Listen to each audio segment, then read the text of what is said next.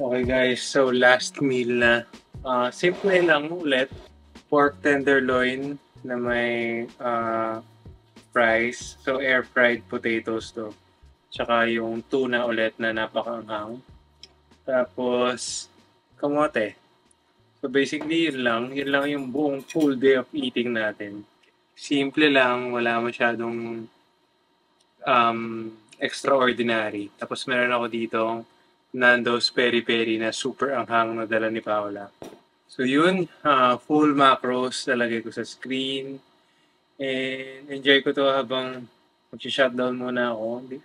Panoorin nyo na lang ako dyan. But hindi na ako magsasalita kasi enjoyin ko yung dinner ko with The Starting Five sa Netflix.